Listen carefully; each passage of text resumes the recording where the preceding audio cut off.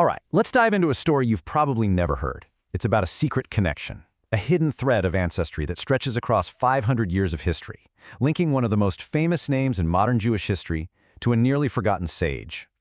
It all boils down to this one question. What could possibly connect Theodor Herzl, the visionary of the Jewish state, to a rabbi from the 1500s? And I'm not talking about some spiritual or metaphorical link. We're talking about something way more direct. And get this, the connection is astonishingly direct. According to historical accounts, Herzl himself confirmed it. He was a descendant of Rabbi Yosef Taitatzak. Just let that sink in for a second. A direct bloodline from a foundational leader of the Spanish exile to the man who envisioned the modern Jewish state. So who was this monumental figure that Herzl came from? Because really, to understand the visionary, you kind of have to meet his ancestor first. Rabbi Yosef Taitatzak was born right into the golden age of Spanish Jewry, only to watch it all come crashing down around him. He became a leader for an entire generation of exiles, forced to flee Spain in 1492 and literally rebuild their whole world in the Ottoman Empire. And oh, did he rebuild.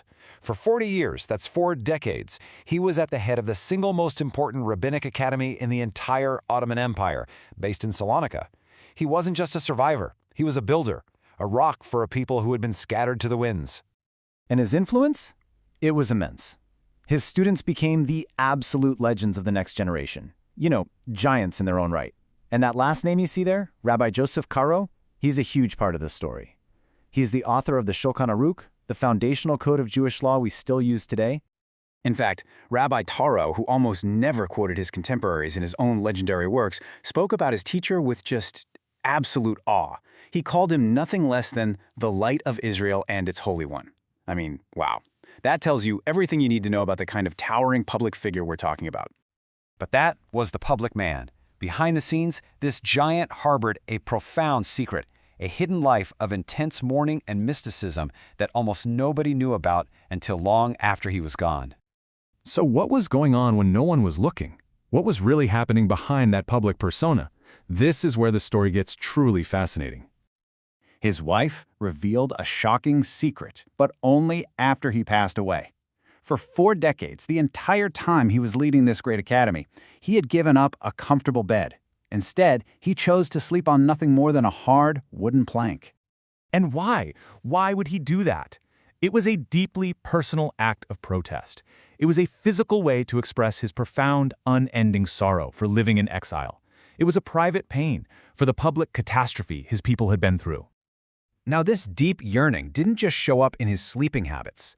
It also fueled an incredibly intense mystical life, which, and this is so interesting, was dramatically different from the mysticism of his famous student, Rabbi Yosef Karo. Okay, this distinction is absolutely critical to understanding these two men. Both of them experienced divine revelation, but they were on different levels. Karo communicated with what's called a Maggid. Think of it as an angelic messenger. But Rabbi Taitatzak, his teacher, claimed something far rarer, a Mashib, which isn't a messenger. It's a direct line, a communication straight from the divine source itself. And this table just lays out their differences perfectly. Look at this. Taitatzak's source was God, the responder. Karo's was an angel, the teller. The language, Taitatzak received his messages in Hebrew, the language of redemption. Karo's came in Aramaic, the language of secrets. Even their methods were polar opposites. Taitatzak had a ritual with scribes, while Karo's was private and solitary. 2 mystics, 2 very different missions. So the crucial point here is how all these pieces, the public leader, the private mourner, the master mystic, all connect to create this incredible legacy that travels through time. What he created was this powerful legacy of yearning. You see how it works? It starts with a deep, physical sorrow over exile, the wooden plank. That sorrow is then transformed by mystical experience into an active hope for redemption. This wasn't just passive sadness anymore, it was an ancestral dream passed down through his family line. Which brings us right back to the beginning. You have the 16th century sage who physically ached for Zion, whose entire mystical life was pointed toward bringing redemption. And then you have his descendant, centuries later, the 19th century visionary who would give that ancient dream a modern political reality. And it just leaves us with this one kind of wild thought.